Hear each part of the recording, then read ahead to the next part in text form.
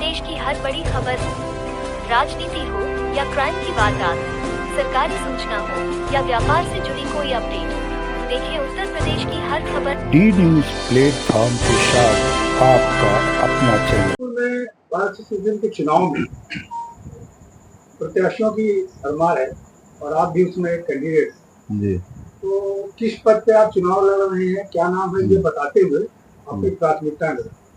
मैं श्रीकांत मिश्रा एडवोकेट महामंत्री पद के लिए चुनाव लड़ रहा हूं। मेरी क्रम संख्या 5 है और यहां मैं प्रैक्टिशनर अधिवक्ता हूं और लगभग 20 वर्षों से न्यायिक व्यवसाय में काम कर रहा हूं और मेरी प्राथमिकताएं जो हैं वकीलों की समस्याओं से जुड़ी हैं और न्यायालय में बहुत विसंगतियां हैं। आप लोगों को भी पता है, कानपुर महानगर है, अभी तमाम वकीलों की समस्याएं हैं, लेकिन मेरे यहाँ जो है चुनाव में गैर एडवोकेट लोग जो पहले से जिनके रजिस्ट्रेशन हैं उनका टाइम पूरा हुआ तो वो लोग भी चुनाव लड़ने आ जाते हैं। उनको कुछ भी पता यहाँ के उसका नहीं रहता है और पिछले 4-5 सालों से ऐसे लोग पदाधिकारी बन रहे हैं जिन्होंने अधिवक्ताओं के हित में कोई भी कार्य नहीं किया है। और में ऐसे कौन से मुद्दे हैं जिनको आप लेकर के चलना चाहेंगे, जैसे आपके एडवोकेट साथी की जो समस्याएं हैं? वर्तमान में तो युवा अधिवक्ता जो रियल में प्रैक्टिशनर हैं उनके लिए अच्छी व्यवस्थाएं मुहैया कराना और उनको 10,000 रुपए महीने के लिए मांग करना सरकार से, जिससे ये व्यवसाय हमारा व्यवसाय में जो रियल में प्रैक्टिशनर हैं उनकी गुणवत्ता में सुधार आ सके। और अदालतों की बहुत बुरी स्थिति है। अदालतों में चूंकि अधिवक्ताओं की बात कहने वाले नेता नहीं बचे हैं तो अधिवक्ताओं का चेयर नहीं है, वहां पे टॉयलेट साफ नहीं है, जहां ऊपर सारे लोग भी जाते हैं, एडवोकेट भी जाते हैं, अधिकारी टाइमली बैठते नहीं है और तमाम फाइलों में डिस्पोजल नहीं हो रहा है। 6-6 महीने एक फाइल में आदेश नहीं हो रहे हैं और बार बार डेटें लग रही हैं। अदालत का काम बहुत स्लो है, अधिकारी टाइमली बैठते नहीं है।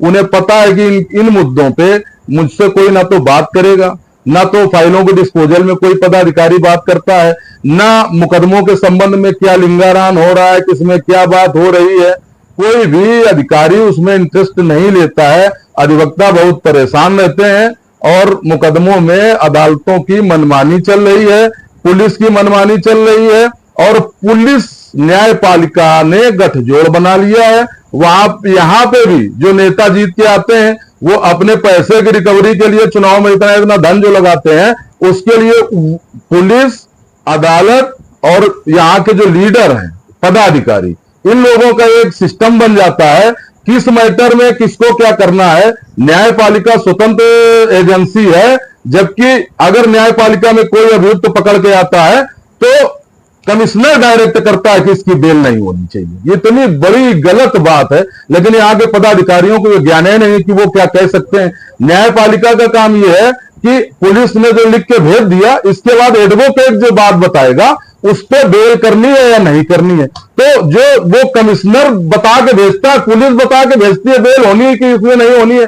अभी एक चर्चित मैटर में पत्रकारों का ही मैटर था, उसमें ऐसी रिमांड में ऐसी धारा नहीं थी कि जिससे उनको जेल भेजा जा सके, लेकिन पुलिस कमिश्नर ने कहा कि नहीं इसको जेल भेजना है, तो अदालत ने विवेचक को बुलवा के उसको उस व्यक्ति को धारा बढ़वाई उसमें अदालत में, फिर जेल भेजा गया।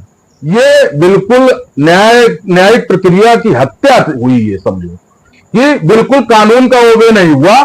ऐसा कभी होना ही नहीं चाहिए था। ये बहुत बड़ी बात है, लेकिन जो नेता है उनको पता ही नहीं है वो क्या कर रहे हैं। वो खुश हैं उसी में, क्योंकि अधिकारियों से उनकी अच्छी सेटिंग है, अधिकारियों से बात हो रही है, पुलिस अधिकारी नेताओं से खुश है, नेता पुलिस अधिकारियों से खुश हो जाते हैं पर्सनल कामों में, न्यायपालिका में उनकी बेलें जो होती हैं वो हो जाती हैं। आम अधिवक्ता भटक रहा है, आम अधिवक्ता का कोई काम नहीं हो रहा है, आम अधिवक्ता से अधिकारी अच्छे से बात नहीं कर रहे हैं, आम अधिवक्ता का कतई अवमूल्यन हो रहा है यहाँ पे। तो मेरी जो है ये वो रहेगी प्राथमिकता कि आम अधिवक्ता को पहले जैसा सम्मान मिले, और विधि व्यवसाय वास्तव में विधि व्यवसाय करने वालों का ही हो, ठेकेदारों का ना हो। मेरी ये प्राथमिकता रहेगी। और आम अधिवक्ता और नेताओं के बीच की जो रेखा खिंची है उसको मैं पाटूंगा, और उसमें आम अधिवक्ता के भी वही काम होंगे जो नेताओं के काम होते हैं। पिछली कार्यकारिणी ने जो काम किए हैं, तो हमेशा चुनाव होते रहे हैं, अध्यक्ष महामंत्री सहित सभी पदाधिकारी चुने जाते रहे हैं, तो पिछले जो चुने हुए पदाधिकारियों ने ऐसा कोई काम नहीं किया है जो बचे हुए हैं जिनको आप समझते हैं कि हमें ये प्राथमिकता के आधार पर करने हैं? और दूसरा आप बताइए कि अपने मतदाताओं से आप क्या कहते हैं? मैं अपने मतदाताओं से कहना चाहता हूं कि ऐसा करिए कि केवल विधि व्यवसायी हो, जो प्रैक्टिशनर एडवोकेट हो, वास्तव में पूर्व से अधिवक्ताओं के लिए संघर्ष करता रहा हो, जाति धर्म और अन्य क्षेत्र के नाम पे वोट न करें, क्योंकि ये न्यायिक प्रणाली हमारी सबकी अपनी है। हम सब लोग जब इसमें मिलकर सहयोग करेंगे और इसको इन विसंगतियों से दूर रखेंगे, तभी अधिवक्ता समाज का और जर्नल समाज का तभी उत्थान होगा। और मैं अपने जो अधिवक्ता भाई हैं उनसे विनम्र निवेदन करना चाहता हूं कि मेरा वो रिकॉर्ड देखें। मैंने अधिवक्ताओं के हर संघर्ष में साथ में रह के अधिवक्ता भाइयों के विगत तमाम संघर्षों में मैंने उनका साथ दिया है, उनके लिए लड़ाई लड़ी है।